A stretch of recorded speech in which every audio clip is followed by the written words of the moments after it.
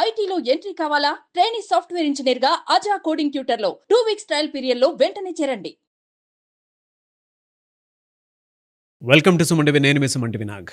చాలామంది పిల్లలు స్కూల్లో వాళ్ళ ఇష్టానికి బిహేవ్ చేస్తూ ఉంటారు. టీచర్స్ కూడా చాలా ఇబ్బంది అయిపోతూ ఉంటుంది.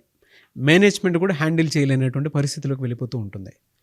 కొన్నిసార్లు పిల్లల బిహేవియర్ వలన స్కూల్ ఇమేజ్ కూడా పాడవటము, డ్యామేజ్ అవ్వటము, అండ్ కొంతమంది టీచర్స్కి, ప్రిన్సిపల్స్కి అయితే లైఫ్ లేకుండా పోయినటువంటి సందర్భాలు కోకొల్లలు చూస్తూ ఉంటాం మనం. అయితే అటువంటి ప్రాసెస్లో పిల్లల్ని ఎలా కంట్రోల్ చేయాలి, ఏ విధంగా కంట్రోల్ చేస్తే ఒక సిస్టమ్ ఫామ్ అవుతుంది, ఆ విధంగా మనం వెళ్ళిపోవచ్చు అని చెప్పడానికి ఏముంటే బాగుంటుంది అనేటువంటిది ఈ వీడియోని ప్రతి స్కూల్, కాలేజీలోనూ అండ్ ప్రతి పిల్లలకి కూడా, ప్రతి ఇంట్లో పేరెంట్స్కి కూడా షేర్ అయ్యే విధంగా ఈ వీడియో మొత్తం చూసిన తర్వాత డెఫినెట్గా దయచేసి షేర్ చేయండి. మీకు ఒక సొల్యూషన్ అయితే దొరుకుతుంది. వీడియో మొత్తం పూర్తిగా చూడండి. హలో షఫీ గారు. హలో నాగరాజు గారు. సార్, పిల్లలు పాడవకుండా, వాళ్ళ కెరీర్ కూడా పాడవకుండా కంట్రోల్లో స్కూల్లో ఉండాలి అని అంటే ఎలాంటి పాలసీని తీసుకురావాల్సినటువంటి అవసరం ఉంటుందంటారు? నాగరాజు గారు, మీరు చెప్పిన విధంగా స్కూల్ యొక్క ఇమేజ్, మేనేజ్మెంట్ యొక్క సేఫ్టీ, టీచర్ సేఫ్టీ, ప్లస్ అదేవిధంగా పిల్లల భవిష్యత్తు, వీటన్నిటికి సంబంధించి మనం ఆలోచిస్తే కొన్ని రూల్స్ అండ్ రెగ్యులేషన్స్, కొన్ని పాలసీస్ ఖచ్చితంగా ఉండాలి అన్నది వాస్తవం. లేకపోతే ఏమవుతుందంటే ఎంతో పెద్ద పేరు ఉన్నట్టు స్కూల్ రాత్రికి రాత్రో ఏదో ఒక్క రోజులోనే కంప్లీట్ కొలాప్స్ అయ్యే అవకాశాలు ఉన్నాయి. కొంచెం నిర్లక్ష్యం వల్ల, పట్టించుకోకపోవడం వల్ల. అదే మనం కొంచెం ఆలోచించి పిల్లల సైకాలజీని దృష్టిలో పెట్టుకొని కొన్ని పాలసీస్ కనుక మేక్ చేసుకుంటే ఖచ్చితంగా ఒక సేఫ్ మోడ్లో మనం మేనేజ్మెంట్ పెట్టుకోవచ్చు. పిల్లల్ని కూడా సేఫ్ మోడ్లో మంచి భవిష్యత్తు ఇవ్వచ్చు అనమాట. దానికి బేసిక్గా కొన్ని మాట్లాడుకోవచ్చు అండి. ముఖ్యంగా 6 పాలసీస్ చెప్తాను నేను మీకు. ఒకటేంటంటే, ఫస్ట్ లీగల్ అవేర్నెస్ ఇవ్వాలి పిల్లలకి. అంటే ఇప్పుడు ఒక స్కూల్ ఉందనుకోండి, ఒక స్కూల్కి నేను చెప్పేది ఏంటంటే ఖచ్చితంగా ఒక స్కూల్కి ఒక లీగల్ అడ్వైజర్ ఉండాలండి. ఫస్ట్ నాది ఒక స్కూల్ ఉందంటే నా స్కూల్ యొక్క సేఫ్టీ కోసము నాకు ఒక లీగల్ అడ్వైజర్ ఉండాలి. అంతేకాకుండా ఆ గైడెన్స్, లీగల్ అడ్వైజర్ యొక్క గైడెన్స్ అండర్లో అసలు చట్టం మీద ఒక అవగాహన పిల్లలకి కల్పించాలి. ఏంటి తప్పేంటి, దానికి ఉన్న శిక్ష ఏంటి, ఏది చేస్తే ఎలాంటి శిక్షలు ఉంటాయి, దేన్ని తప్పంటారు. ఉదాహరణ చూడండి, పిల్లలు కొట్టుకుంటుంటారు. అసలు నీ తోటి పక్కనున్నాని కొట్టడము అసహజమైనదా, అసహజమైనదా, అది తప్ప ఒప్ప, తప్పది, చట్టరీత్యా తప్పది. నువ్వు ఇలా చేస్తే ఈ శిక్ష పడుతుంది. స్కూల్లో స్కూల్ ప్రాపర్టీ ఉంటుంది, లైట్లు పగల కొడుతుంటారు, బెంచెస్ పగల కొడుతుంటారు, చైర్లు ఎరగొడుతుంటారు. ఇది క్యాజువల్ యాక్ట్గా తీసుకుంటారు. యాక్చువల్గా ఇది క్రైమ్, తప్పే కదా. ఇలాంటి చర్య నువ్వు చేస్తే దీనికి ఈ విధంగా రియాక్షన్ ఉంటుంది. అంటే చట్టంలో ఇలాంటి శిక్షలు ఉన్నాయి అంటే క్లియర్గా అవేర్నెస్ కల్పించాలన్నమాట. ఇప్పుడు ఏం చేస్తుంటాడు, పక్కని కొడతాడు, గిల్లుతాడు, లేకపోతే అబ్యూస్ చేస్తాడు. అంటే లేనిపోని నిందలు మోపేవాళ్ళు ఉంటారు. నిందలు మోపడం, అబ్యూస్ చేయడము, ఇది కూడా ఇల్లీగల్ యాక్ట్ అయింది. ఈ విధంగా నువ్వు నిందలు మోపితే, ఒకళ్ళు డిఫేమ్ చేస్తే, ఒకళ్ళు పరువు పోయే విధంగా చేస్తే ఈ విధంగా నీకు శిక్షలు ఉన్నాయని చెప్పేసి క్లియర్ కట్గా పిల్లలకి ఇది తప్పు అని చెప్పగలగాలి. అంటే చట్ట అవగాహన పిల్లలకి ఇవ్వాలి. ఇవ్వకపోతే ఈ తప్పని విషయం వాళ్ళకి అర్థం కాదు కూడాను. చాలా సందర్భాల్లో చూడండి, స్కూల్కి ఉన్న రిప్యుటేషన్ పోయే విధంగా, స్కూల్ డిఫేమ్ అయ్యే విధంగా కూడా కొన్ని యాక్ట్ చేస్తుంటారు. అలా చేస్తే ఎలాంటి శిక్షలు ఉంటాయి కూడా పిల్లలకి ఇవ్వాలన్నమాట. ఇది చూడండి, ఒకవేళ ఇలాంటి అవగాహన ఉందా మన స్కూల్లో ఎక్కడైనా చూస్తే? లేదు సార్, లేదు. ఇది లేకపోవడం వల్ల నష్టపోతుంది ఎవరు చెప్పండి? స్కూల్ మేనేజ్మెంటే లాస్ అవుతుంది, టీచర్లు లాస్ అవుతున్నారు. చూస్తున్న ఇన్సిడెంట్ చూస్తున్నాము. పిల్లలకి ఇలాంటి భయం లేకపోవడం వల్ల, అవగాహన లేకపోవడం వల్ల, వాళ్ళు చేసే చర్యల వల్ల టీచర్స్ ఇబ్బంది పడుతున్నారు, మేనేజ్మెంట్ ఇబ్బంది పడుతున్నారు, పిల్లల భవిష్యత్తు కూడా ఖరాబ్ అయిపోతుంది. కాబట్టి నేను చెప్తుంది ఏంటంటే ఖచ్చితంగా స్కూల్ మేనేజ్మెంట్ ఈ విషయంలో సీరియస్గా ఉండాలి. ఎందుకంటే ఒక్కరోజు కాదు కదా, కంటిన్యూస్ జర్నీ కాబట్టి, వేల మంది విద్యార్థులు మన చేతిలో ఉన్నారు కాబట్టి. మరొక పాయింట్ ఏంటంటే, సెకండ్ పాయింట్ నాగరాజు గారు, PTM policy, parent teacher meeting ఒక పాలసీ మ్యాండేటరీగా ఉండాలి. చాలా స్కూల్స్ ఇప్పుడు పేరెంట్ టీచర్ మీటింగ్ అంటే చాలా క్యాజువల్గా నడుస్తుంది. ఎలా ఉంటుందంటే నాగరాజు గారు, పేరెంట్ టీచర్ మీటింగ్ అంటే ఏంటిది, వస్తారు, టెస్ట్ జరిగి ఉంటుంది, దానికి సంబంధించి రిపోర్ట్ కార్డు తీసుకొని వెళ్ళిపోతారు అంతే. అంటే రిపోర్ట్ కార్డు తీసుకెళ్ళటం కోసం పేరెంట్ టీచర్ మీటింగా, లేకపోతే కొంతమంది వచ్చి మార్కుల కోసం మాత్రమే మాట్లాడి వెళ్ళిపోతుంటారు. ఎన్ని మార్క్స్ వచ్చాయి, ఏ ర్యాంక్ వచ్చింది అని మాట్లాడికి వెళ్ళిపోతుంటారు. ఇది కాదు యాక్చువల్గా పేరెంట్ టీచర్ మీటింగ్. కొన్ని స్కూల్స్ ఎలా ఉంటుందంటే, ఫీజు కట్టారా లేదా, కట్టడం కోసం కూడా పీటీఎం రిపోర్ట్ కార్డు సిస్టమ్ కూడా ఉంటుంది. నేనేమంటానంటే, పేరెంట్ టీచర్ మీటింగ్ ఒక విద్యార్థి యొక్క భవిష్యత్తును తీర్చిదిద్దుతుంది ఇద్దరండి. ఒకటి ఫ్యామిలీ, రెండోది స్కూల్. ఇక్కడ పేరెంట్స్ ఉన్నారు, ఇక్కడ టీచర్స్ ఉన్నారు. వీళ్ళిద్దరూ కలిసి మాట్లాడుకునే ఒక అవకాశం పేరెంట్ టీచర్ మీటింగ్. మంత్లీ ఒక మీటింగ్ మ్యాండేటరీగా ఉండాలి. ఏ విషయాల మీద ఉండాలి? ఒకటి అకాడమిక్స్ మీద ఎలాగ ఉంటుంది, దాంతోపాటు అతనికి ఎమోషనల్ హెల్త్ ఎలా ఉంది పిల్లవాడిది, వాడి బిహేవియర్ ఎలా ఉంది, దాని మీద జరగాలి. ఎందుకంటే రేపు ఏదైనా ఒక సిచ్యువేషన్లో ఏదైనా ఇన్సిడెంట్ జరిగిపోతే పేరెంట్స్ వచ్చేసి స్కూల్ని బ్లేమ్ చేయడం మొదలు పెడుతుంటారు. మీ వలని మీరు చూసుకోలేదు, మీరు పట్టించుకోలేదు అని చెప్పేసి. స్కూల్ మేనేజ్మెంట్ ఏమో పేరెంట్స్ని బ్లేమ్ చేస్తుంటారు, మీరు చూసుకోవాలి మీ పెంపకం అని చెప్పేసి. కాదు, ఇద్దరిది ఈక్వల్ రెస్పాన్సిబిలిటీ. బ్లేమ్ గేమ్ చేసే సిచ్యువేషన్ నిలబడకుండా ఉండాలంటే ఎవ్రీ మంత్ చైల్డ్ యొక్క జర్నీ ఎటుపోతుంది, వాడి ఎమోషన్స్ ఎటుపోతున్నాయి, వాడి బిహేవియర్లో వస్తున్న మార్పులు ఏంటో డిస్కషన్ చేసుకోగలగాలి. మా పిల్లవాడు ఉన్నాడు స్కూల్లో, వచ్చి టీచర్తో మాట్లాడుతుంటే తను మాట్లాడే పద్ధతి ఎలా ఉంటుంది, కమ్యూనికేషన్ ఎలా ఉంటుంది, తోటి స్నేహితులతో ఎలా ఉంటున్నాడు, ఓపెన్గా మాట్లాడుతున్నాడా లేదా స్కూల్లో, మరి ఇంట్లో బిహేవియర్ ఎలా ఉంటుంది, సిబ్లింగ్స్ ఎలా ఉంటున్నాడు, ఫ్రెండ్స్ ఆడుకుంటున్నాడా, అంటే స్లీపింగ్ బిహేవియర్ ఎలా ఉంది, ఫుడ్ బిహేవియర్ ఎలా ఉంది, కంప్లీట్గా అవగాహన ఉండాలన్నమాట. దీని ద్వారా ఏమవుతుంది, సడన్గా ఏదో ఇన్సిడెంట్ జరగకుండా మార్పు ఏదైనా వస్తుంటే ఐడెంటిఫై అవుతుంది. నాగరాజు గారు, డెఫినెట్గా సార్, ఇదైతే నేను 100% ఏకీభవిస్తాను. ఎందుకంటే స్ట్రిక్ట్లీ రూల్ అయితే దీనికి సంబంధించి బలంగా ఉండాలి. బ్లేమ్ గేమ్ ఉండకూడదు. మేనేజ్మెంట్ వైపు నుంచి, పేరెంట్స్ వైపు నుంచి బ్లేమ్ గేమ్ ఉండకూడదు. అవును, డెఫినెట్గా పిల్లాడి భవిష్యత్తు కావాలి అనుకున్నప్పుడు ఇటు పేరెంట్స్ అదే రెస్పాన్సిబిలిటీ తీసుకోవాలి, మేనేజ్మెంట్ కూడా అదే రెస్పాన్సిబిలిటీ తీసుకోవాలి. ఇద్దరికి ఏ విధంగా అయితే పిల్లవాడు సక్సెస్ అవుతే మా క్రెడిట్ అని చెప్పుకుంటామో, మిస్టేక్ అయినప్పుడు కూడాను మా రెస్పాన్సిబిలిటీ అన్నది ఫీల్ అయ్యే విధంగా ఉండాలన్నమాట. దీన్ని మాత్రం మ్యాండేటరీ చేయాల్సిందే సార్, ఖచ్చితంగా స్కిప్ చేయకూడదు. పొరపాటును కూడా అడ్వాంటేజ్ తీసుకొని గ్రాంటెడ్గా తీసేసుకోకూడదు. మ్యాండేటరీ అంటే మ్యాండేటరీ అంతే. ఎగ్జాక్ట్లీ, డెఫినెట్గా తీసేసుకోవాలి. ఎస్, ఇప్పటివరకు మనం 2 విషయాలు మాట్లాడుకున్నాం కదా. మొదటిది లీగల్ అవేర్నెస్ ఇవ్వాలి, చట్టాల మీద అవగాహన ఇవ్వాలి. రెండోదంటే పేరెంట్ టీచర్ మీటింగ్ మ్యాండేటరీగా ఈ విషయాల మీద జరగాలన్నది 2 విషయాలు. మూడో విషయం చాలా ఇంపార్టెంట్ ఏంటంటే నాగరాజు గారు, పిల్లలకి స్కూల్లో సెల్ఫ్ అకౌంటబిలిటీ, సెల్ఫ్ రెస్పాన్సిబిలిటీ అనేది ఒక పాలసీ రూల్ పెట్టాలి. ఏంటిది అది అంటే, ఇప్పుడు నేను ఓన్గా నాకు నేనుగా కొన్ని బాధ్యతలు తీసుకోవాలి అన్నది ఒకటి ఉండాలి. ఫర్ ఎగ్జాంపుల్ చూడండి, ఒక క్లాస్ రూమ్లో ఒక 25 మంది 30 మంది పిల్లలు ఉన్నారు. క్లాస్ రూమ్లో ఎవడైనా తప్పు చేస్తే వాడు తప్పే కాదు, క్లాస్ రూమ్లో ఉన్న అందరికీ కూడాను శిక్ష విధించడం జరుగుతుంది. అంటే అందరూ ఈక్వల్గా రెస్పాన్సిబిలిటీ తీసుకోవాలి. ఎవరినో కొట్టారు, వీళ్ళిద్దరు కొట్టుకుంటుంటే శిక్ష క్లాస్ రూమ్లో అందరికి కూడాను. అదేంటి మా కోసం ఎందుకు అన్న ఆలోచన రావచ్చు. ఎందుకంటే రెస్పాన్సిబిలిటీ, వాడిని కొడుతుంటే నువ్వేం చేస్తున్నావు పక్కన, ఓనింగ్ అనేది ఒకటి ఉండాలి కదా, రెస్పాన్సిబిలిటీ ఉండాలి. ఇది ఇప్పుడు మనం చెప్తున్న పాయింట్ కాదండి. గతంలో ఆశ్రమాలలో లేక గురుకులాలలో చూసుకున్నట్లయితే ఇదే సిస్టమ్ ఉండేది. వాడికి బాధ్యత తీసుకునేవాళ్ళు అనమాట. సెల్ఫ్ రెస్పాన్సిబిలిటీ, సెల్ఫ్ అకౌంటబిలిటీ ఉండేది. అంటే క్లాస్ రూమ్లో చెత్త పడిపోయింది, పేపర్లు చించేసి పడేశారు, ఎవరు పడేశారు అన్న క్వశ్చన్ కాదు, క్లాస్ రూమ్ అందరి తప్పు. చూసారా? అంటే కాబట్టి వాడు చెడిపోతున్నాడు, వాడు తప్పు చేస్తున్నాడు, వీడెవడో కొడుతున్నాడు అన్నది కాదు పాయింట్. నా రెస్పాన్సిబిలిటీ కాబట్టి ఎవరు కూడా తప్పు చేయకుండా అందరం కలిసి బాగుండాలి అన్నది. ఆ రెస్పాన్సిబిలిటీ వస్తే టీమ్ స్పిరిట్ వస్తుంది, అందరం కూడా ఒక పాజిటివ్ పీర్నెస్ ఏర్పాటు అవుతుంది. కాబట్టి ఈ కండిషన్ ఖచ్చితంగా ఉండాలి, సెల్ఫ్ అకౌంటబిలిటీ అనేది ఉండాలన్నమాట. దీనివల్ల చాలా లీడర్షిప్ క్వాలిటీస్ కూడా వస్తాయి, టీం వర్క్ వస్తుంది, పాజిటివిటీ వస్తుంది, టుగెదర్నెస్ వస్తుంది. చూసారా ఎట్లా వస్తుందంటే ఈ కండిషన్ ద్వారా డెవలప్ అవుతుంది. ఒకటి తప్పు చేసిన శిక్ష అందరికీ ఒకటేసారి పడుద్ది అనేటువంటి రూల్ కనుక తీసుకొని వస్తే డెఫినెట్గా ఆ సెల్ఫ్ అకౌంటబిలిటీ అనేది బలంగా పెరుగుతుంది. మా స్కూల్లో అదే ఉండేది సార్. అంటే అవునా, ఒకళ్ళు తప్పు చేసినా కూడా అందరిని నుంచోబెట్టి, ఒకళ్ళు తప్పు చేసినా కూడా దానివల్ల ఏమొస్తుంది నాగరాజు గారు, ఐ అనే ఫీలింగ్ పోయి వి అనే ఫీలింగ్ వచ్చింది కదా. నేను బాగుండాలి కదా, మనం బాగుండాలని ఫీలింగ్ వచ్చింది. మా జగన్మోహన్ రావు గారికి, ప్రసాద్ గారికి స్పెషల్ థ్యాంక్స్ చెప్తాను సార్. ఎందుకంటే అది నేర్పించారని చెప్తున్నాను. Wow, special thanks to them. మీ గురువులు, మా గురువులు. చాలా చాలా సంతోషం అండి. అదే నాగరాజు, ఈ అకౌంటబిలిటీ ఏదైతే మాట్లాడుతున్నామో, క్లాస్ రూమ్లో ఎక్కడైనా ఏదైనా తప్పు జరిగింది అంటే బ్లేమ్ గేమ్ స్టార్ట్ అవుతుంది. జనరల్గా వాడు తప్పు చేశాడు, నాది కాదు, వీడు తప్పు చేశాడు, నా వల్ల జరగదు, వాడి వల్ల జరుగుతుందని మళ్ళీ బ్లేమ్ గేమ్ స్టార్ట్ అయిపోతుంది కదా. ఈ బ్లేమ్ గేమ్ వల్ల యాక్సెప్టెన్సీ లేకుండా పోతుంది, అంటే రెస్పాన్సిబిలిటీ లేకుండా పోతుంది. ఖచ్చితంగా ఇక్కడ సెల్ఫ్ యాక్సెప్టెన్సీ అనేది ఒకటి కావాలి, సెల్ఫ్ అకౌంటబిలిటీ అనేది ఉండాలన్నమాట. బాధ్యత తీసుకోవాలి. అప్పుడు ఏముంది, బ్లేమ్ గేమ్ అనేది లేకుండా పోతుంది. ఈ పాలసీ అదంతా మన మీదకే వస్తుంది అనేటువంటి దాన్ని బలంగా నర్చర్ చేయాలి. ఎలాగంటే ఇప్పుడు ఇంట్లో ఏదైనా మిస్టేక్ జరిగితే అందరూ దాన్ని ఎఫెక్ట్ అవుతాము, కాబట్టి అందరం కలిసి బాధ్యత తీసుకుంటాము. ఇది కూడా అంతే. అంటే వి అనే ఫ్యామిలీ ఫీలింగ్ వస్తుంది. నిజంగా ఈ పాలసీని కనుక కరెక్ట్గా స్కూల్స్లో పెడితే రాబోయే సమాజం, అంటే నేటి బాలలే రేపు పౌరులు ఉంటాం కదా, రాబోయే పౌరులు ఎంత పాజిటివ్గా ఉంటారు చూడండి. ఇక్కడ నా క్లాస్ రూమ్ అనేవాడు రేపు నా దేశం అంటాడు కదా, నా సమాజం అంటాడు, రెస్పాన్సిబిలిటీ తీసుకుని అకౌంటబిలిటీగా ఉంటాడు. కాబట్టి ఈ రూల్ని ఖచ్చితంగా మేనేజ్మెంట్ స్కూల్స్లో పెట్టాలన్నమాట. ఆ తర్వాత 4th పాయింట్గా మనం మాట్లాడుకోవాల్సింది ఏంటంటే నాగరాజు గారు, ఈరోజు చాలా అనర్థాలు జరుగుతుంది. ఏంటంటే టెక్నికల్ మిస్యూజ్ వల్ల. మరి అది ఏం చేయాలంటే టెక్నికల్ విషయంలో స్ట్రాంగ్ రిస్ట్రిక్షన్స్ రావాలి. ఏంటది? ఈరోజు చూడండి, ఫోన్ అనేది చాలా యాక్సెసిబుల్గా ఉంది, ప్రతి ఒక్కరికి అందుబాటులో ఉంది. ప్రతి పిల్లవాడికి కూడాను ఇంట్లో ఫోన్ ఉంటుంది. వాడు స్కూల్కి తేయకూడదన్న రూల్ ఉంటుంది. స్కూల్లో ఫోన్స్ ఎలో లేవు, ఇది కరెక్టే. కానీ రూల్స్ ఉన్నాయి, కానీ రూల్స్ని పాటిస్తున్నారా?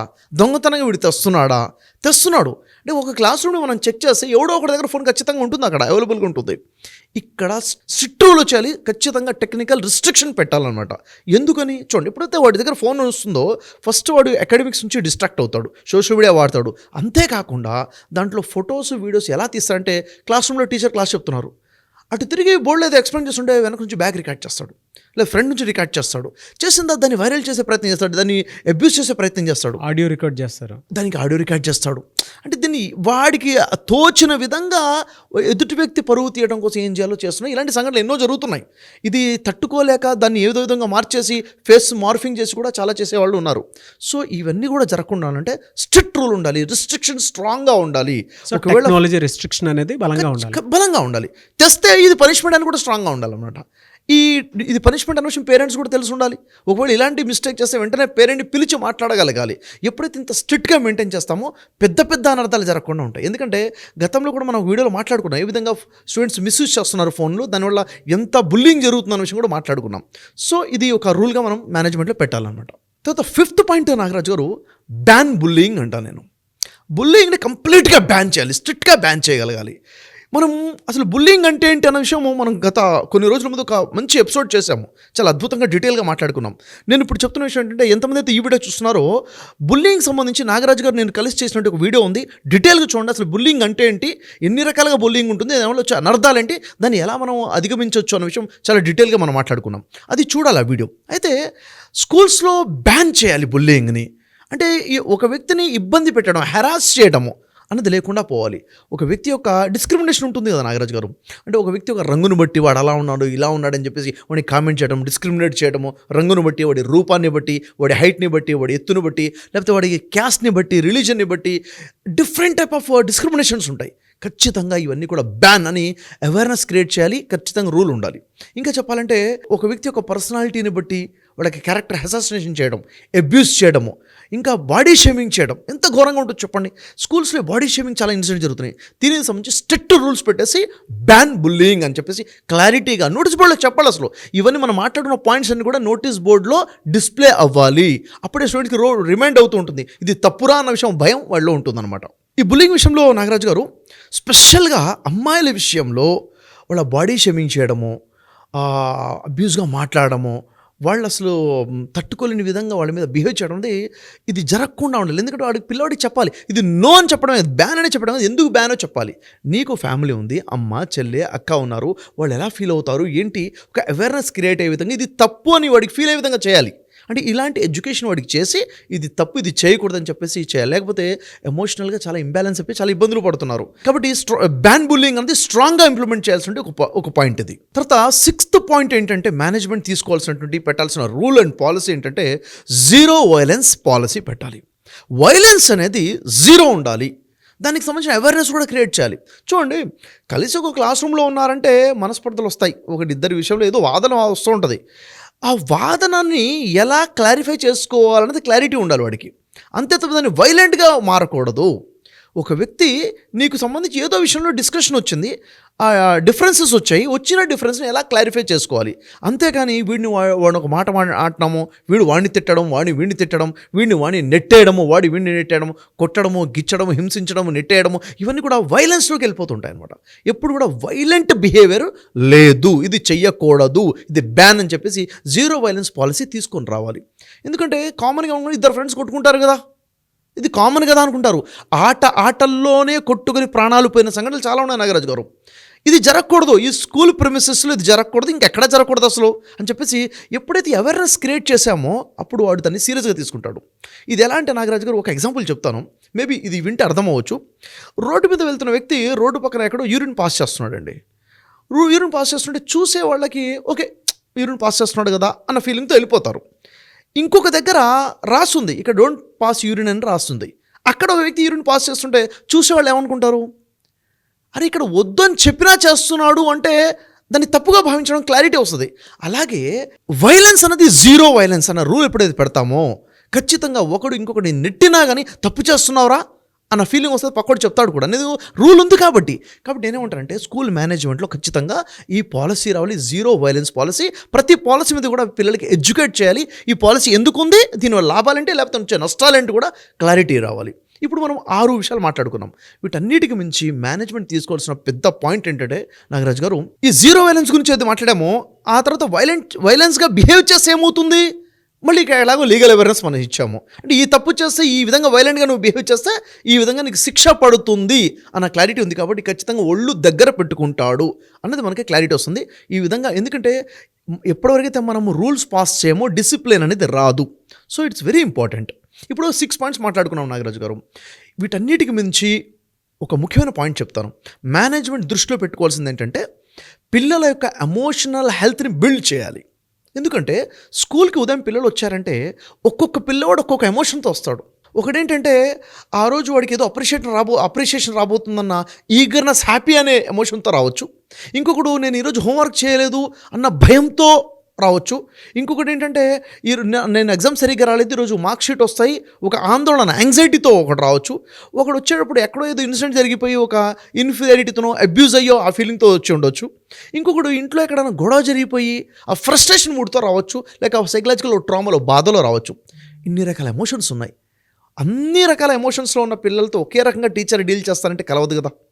కోపంతో ఉన్నవాడితో ఎలా మాట్లాడాలి, బాధలో ఉన్నవాడితో ఎలా మాట్లాడాలి, సంతోషంగా ఉన్నవాడితో ఎలా మాట్లాడాలి, డిప్రెషన్లో ఉన్నవాడితో ఎలా డీల్ చేయాలి, ఇవన్నిటి కోసము స్కూల్ మేనేజ్మెంట్ తీసుకోవాల్సిన రెస్పాన్సిబిలిటీ ఏంటంటే నాగరాజు గారు, ఎమోషనల్ హెల్త్ గురించి స్పెషల్ కోచ్ ఉండాలి స్కూల్లో ఖచ్చితంగా. ఈరోజు టీచరే అన్ని పనులు చేస్తారంటే మేబీ కాకపోవచ్చు, ఒక్కరైనా ఎమోషనల్ హెల్త్ కోచ్ అనేది ఉండాలి. ఎందుకంటే ఎవరైనా ఎక్కువగా అబ్నార్మల్ ఎమోషనల్స్లోకి వెళ్ళిపోతే, ఎమోషనల్స్ డ్యామేజ్ అయిపోతే కూర్చొని మాట్లాడి అసలు రూట్ కాజ్ తెలుసుకొని కౌన్సిలింగ్ చేయగలగాలి. కానీ వాళ్ళకి కూడా శాలరీలు ఇవ్వాలా అనుకునేటువంటి వాళ్ళు ఉంటారు. బట్ ఇది మ్యాండేటరీ చేయండి, రిజల్ట్ డెఫినెట్గా చూస్తారు. అంటే ఇది మనం చెప్పాలి సార్. కొంతమంది ఏంటంటే అవును, ఇప్పుడున్న క్లాస్ టీచర్స్కే మనం ఇన్ని ఇచ్చేస్తున్నాము, మళ్ళీ ఇదొకటి పెట్టాలా అనుకున్నట్టు. ఇవాళ మీకు తెలియకుండా కొంతమంది పిల్లలు హాస్టల్స్లోనే సూసైడ్ అటెంప్ట్ చేసుకుంటున్నారు. కారణం ఏంటి మీకు తెలియదు కదా. ఒక ఎమోషనల్ హెల్త్ కోచ్ ఉన్నప్పుడు ఏమవుతుంది అని అంటే డెఫినెట్గా దాని వెనక ఉండేటువంటి కారణాలు ఏంటి, కొన్ని విషయాల్లో ప్రొఫెషనల్స్ ఉంటేనే బాగుంటుంది, వాళ్ళకే అర్థమవుతాయి. అంటే ఒక పిల్లాడికి సంబంధించినటువంటి ట్రామా దాని వెనక ఏమి ఉంటుంది, అది మెడికల్ హిస్టరీకి సంబంధించింది, సైకలాజికల్ హిస్టరీకి సంబంధించింది, అండ్ ఫ్యామిలీ హిస్టరీకి సంబంధించి, జెనెటికల్ హిస్టరీకి సంబంధించి పిల్లవాడు ఎందుకు ఇలా బిహేవ్ చేశాడు అనేటువంటి విషయం ఆ ప్రొఫెషనల్ సబ్జెక్ట్ తెలిసినటువంటి వాళ్ళకి మాత్రమే తెలుసు. ఎగ్జాక్ట్లీ. ఏదున్నా లేకపోయినా కూడా కొన్నిసార్లు దేనైనా మేనేజ్ చేయొచ్చు. కానీ ఇప్పుడైతే మ్యాండేటరీ సార్. అసలు ఎమోషన్స్ ఎవరు ఎన్ని రకాలుగా మాట్లాడుకున్నా కూడా లీగల్ అవేర్నెస్, ఎమోషనల్ అవేర్నెస్ అనేది చాలా హైలైట్ పాయింట్స్ అని చెప్పాలి. ఇక్కడ మీరు చెప్తున్న పాయింట్కి ఒక పాయింట్ యాడ్ చేస్తాను. విషయం ఏంటంటే ఒక పిల్లవాడికి అకాడమిక్ సబ్జెక్ట్ చెప్పడం కోసం 6 టీచర్స్ ఉంటారు, సబ్జెక్ట్ ఒక టీచర్ ఉంటాడు. కానీ అకాడమిక్ పెర్ఫార్మెన్స్ పెరగాలంటే ఎమోషనల్ హెల్త్ ఉండాలి, లైఫ్ స్కిల్స్ చెప్పేట్టు ఉండాలి. ఇప్పుడు ఒక స్కూల్ మొత్తాన్ని కలిపి కనీసం ఒక ఎమోషనల్ హెల్త్ కోచ్ ఉంటే ఇది ఇన్వెస్ట్మెంట్ అవుతుంది, పిల్లల పెర్ఫార్మెన్స్ ఇన్ అకాడమిక్స్లో డెవలప్మెంట్ వస్తుంది. మేనేజ్మెంట్ కోరుకున్నది అదే, పేరెంట్స్ కోరుకున్నది అదే. కాబట్టి ఇట్ ఈస్ ఎక్స్పెన్సెస్ కదా, ఇది ఒక ఇన్వెస్ట్మెంట్ కింద వస్తుంది ఖచ్చితంగా. ఒక లైఫ్ స్కిల్ని ఇప్పటికప్పుడు గుర్తు చేస్తూ కూడా సొసైటీ ఏ విధంగా మూవ్ ఆన్ అవుతుంది, మనం ఎలా దానికి తగ్గట్టు మనం నడవాలి అని చెప్పడానికి ఒక లైఫ్ కోచ్, ఎమోషనల్ కోచ్ అయితే డెఫినెట్గా ఉండాలి, ఖచ్చితంగా ఉండాలి. ఇక్కడ దీంట్లో ఇంకొక విషయం ఏం చెప్పుకోవచ్చు అంటే స్కూల్లో ఉన్నటువంటి టీచర్స్ ఉంటారు, స్టాఫ్ ఉంటారండి. ఒక్కొక్క స్కూల్లో 40 మంది, 50 మంది, 100 మంది ఉండొచ్చు. టీచింగ్ స్టాఫ్కి కూడా ఎమోషనల్ హెల్త్ గురించి బేసిక్ ట్రైనింగ్ ఇవ్వాలి. ఎందుకంటే అసలు బేసిక్గా టీచర్ని పిల్లల్ని ఎలా డీల్ చేయాలన్నది టీచర్కి తెలిసి ఉండాలి. అంటే వాళ్ళు అకాడమికల్స్లో వాళ్ళు మాస్టర్స్ ఉన్నారు, ఎమోషన్స్ని ఎలా డీల్ చేయాలనే విషయం కూడా ట్రైనింగ్ ఇస్తే చాలా బాగుంటుంది, మాస్టర్ ఉంటే చాలా బాగుంటుంది అనమాట. సో ఈ అన్ని పాయింట్స్ ఏవైతే మాట్లాడుకున్నామో మీరు అడిగినట్లుగా వీటి మీద దృష్టి స్కూల్ కాలేజ్ మేనేజ్మెంట్ కనుక పెడితే ఖచ్చితంగా ఒక సేఫ్ మోడ్లో ఉండొచ్చు, గ్రోత్ మోడ్లో ఉండొచ్చు. రిస్క్స్ నుంచి సడన్గా ఏదో జరిగిపోయింది అనే ఇలాంటి థ్రెట్స్ రాకుండా మనం ముందు నుంచే అప్రమత్తంగా ఉండి management safety, teacher safety and పిల్లల భవిష్యత్తు కూడా మంచిగా ఉండే విధంగా మనం చేయొచ్చు. మీరు బాధ్యతాయుతమైనటువంటి టీచర్స్ ఉన్న పేరెంట్స్ అయినా సరే ఈ వీడియోని ప్రతి స్కూల్ కాలేజీలో షేర్ చేయండి. ఎందుకంటే వాళ్ళ మ్యాండేటరీవి. లేదంటే మీ పిల్లలు మీరు ఎప్పటికీ కూడా కంట్రోల్లోకి తీసుకుని రాలేరు. వాళ్ళు ఏదైతే ఇంట్లో ఒకలా బిహేవ్ చేస్తారో బయట ఒకలా బిహేవ్ చేస్తారో ఆ కంట్రోలింగ్ని మనం ఎక్కడ ఆపలేం. బట్ వీటి మీద అవేర్నెస్ ఉంటే మినిమం కామన్ సెన్స్ని మనం క్రియేట్ చేయగలుగుతాం, బిల్డ్ చేయగలుగుతాం ఇప్పుడున్న జనరేషన్కి అయితే. Very good point sir. Thank you so much for that. చాలామంది మీ క్లాస్ కోసం అని చెప్పేసి అడుగుతూ ఉన్నారు. ఎస్ 28 డిసెంబర్ అనౌన్స్ చేశారు. ప్రతి ఫ్యామిలీ కూడా వాళ్ళ తెలుగు రాష్ట్రాల్లో ఉండేటువంటి ప్రతి ఫ్యామిలీ కూడా క్లాస్కి అటెండ్ అవ్వాలని అనుకుంటూ ఉన్నారు. సో అందులో ఏముండే అవకాశం ఉంటుందంటారు? నాగరాజ్ గారు ఏదైతే క్లాస్ మనం ఆర్గనైజ్ చేయబోతున్నామో దాంట్లో స్పెషల్ ఏంటంటే పిల్లలు చాలా సిచ్యువేషన్లో స్కూల్లో ఏదో ఇబ్బంది పడుతుంటారు, ఏదో సిచ్యువేషన్లో సైకలాజికల్ ట్రామాలో ఉంటారు, ఏదో బాధలో ఉంటారు. అసలు దాన్ని ఐడెంటిఫై చేయడం వల్ల దాంట్లో నుంచి బయటికి తీసుకురావడం ఎలా. పిల్లలు ఒక్కొక్కసారి సడన్గా అకాడమిక్స్లో పెర్ఫార్మెన్స్ తగ్గిపోతూ ఉంటుంది. ఎందుకు తగ్గిపోయింది అర్థం కాదు. ఒకే డిస్ట్రాక్షన్స్ వచ్చేస్తుంటాయి. ఎందుకు డిస్ట్రాక్షన్ అయిపోతున్నారు, దాంట్లో నుంచి మళ్ళీ ఫోకస్ ఎలా చేయాలి, ఎడ్యుకేషన్ మీద ఫోకస్ ఎలా చేయాలి, వెరీ ఇంపార్టెంట్. అడిక్షన్స్కి వెళ్ళిపోతూ ఉంటారు చాలా. ఎడిక్షన్స్ వస్తారు. ఎడిక్షన్స్ అయితే దాంట్లో నుంచి బయట ఎలా పడాలి, బ్యాడ్ హ్యాబిట్స్ని గుడ్ హ్యాబిట్స్లో ఎలా కన్వర్ట్ చేసుకోవాలి, ఇలా బేసిక్గా స్టూడెంట్ యొక్క పెర్ఫార్మెన్స్, వాళ్ళ ఎమోషనల్ హెల్త్ గురించి కానివ్వండి, అకాడమిక్ పెర్ఫార్మెన్స్ గురించి కానివ్వండి, బిహేవియరల్ చేంజెస్ గురించి కానివ్వండి, ఈ 3 విషయాలకు సంబంధించి మనం ఫోకస్ చేయబోతున్నాము. ఇది వెరీ ఇంపార్టెంట్ సెషన్. ఇది అంటే నిజంగా ఒక స్టూడెంట్ ఇది అటెండ్ అవుతే, పేరెంట్స్తో పాటు అటెండ్ అవుతే చాలా గొప్ప ట్రాన్స్ఫర్మేషన్ రాబోతున్న సెషన్ ఇది. సో డిసెంబర్ 28 నుంచి క్లాసెస్ స్టార్ట్ అవబోతున్నాయి. ఎవరైనా ఎన్రోల్ చేసుకోవాలి అనుకుంటే వెంటనే స్క్రీన్ మీద కనిపిస్తున్న నెంబర్కి సంప్రదించవచ్చు. లేదు మీ పిల్లలకు సంబంధించినటువంటి వాటిలో కనుక మనం చూస్తే పర్ఫార్మెన్స్ వీక్గా ఉందనుకుంటే ఒక పర్సనల్ కౌన్సిలింగ్ తీసుకుంటే బాగుంటుంది. అడిక్షన్స్లోకి వెళ్ళిపోతున్నాడు, సూసైడల్ అటెంప్ట్ చేస్తున్నాడు, ఎందుకు బ్రెయిన్ అట్లా ప్రోగ్రామ్ అయ్యింది, దాని నుంచి కొంత డైవర్ట్ చేసేసి నార్మల్ లైఫ్లోకి తీసుకురావడానికి ఏం చేయొచ్చు అని మీకు అనిపిస్తే కనుక షఫీ గారిని మీరు అప్రోచ్ అవ్వాలనుకుంటే స్క్రీన్ మీద మీ కాంటాక్ట్ నెంబర్ కనిపిస్తుంది. దాన్ని మీరు కాల్ ఆర్ మెసేజ్ వాట్సాప్ చేసి అపాయింట్మెంట్ బుక్ చేసుకోవచ్చు. ఒకవేళ మీ కాంటాక్ట్ నెంబర్ కనెక్ట్ అవ్వట్లేదంటే మిస్టర్ నాగ్ అఫీషియల్ 1 అని నా ఇన్స్టాగ్రామ్ ఐడి ఉంది, దానికి మీరు పర్సనల్ మెసేజ్ పెట్టినా కూడా నేను షఫీ గారి టీమ్కి ఫార్వర్డ్ చేస్తాను. ఆ విధంగానే సరే మీరు అప్రోచ్ అవ్వచ్చు. ఈ వీడియో లైక్ చేయండి, షేర్ మాత్రం తప్పకుండా చేయండి. ఇలాంటి మరిన్ని వీడియోస్ కోసం మా ఛానల్ ఫాలో అవ్వండి. Thank you.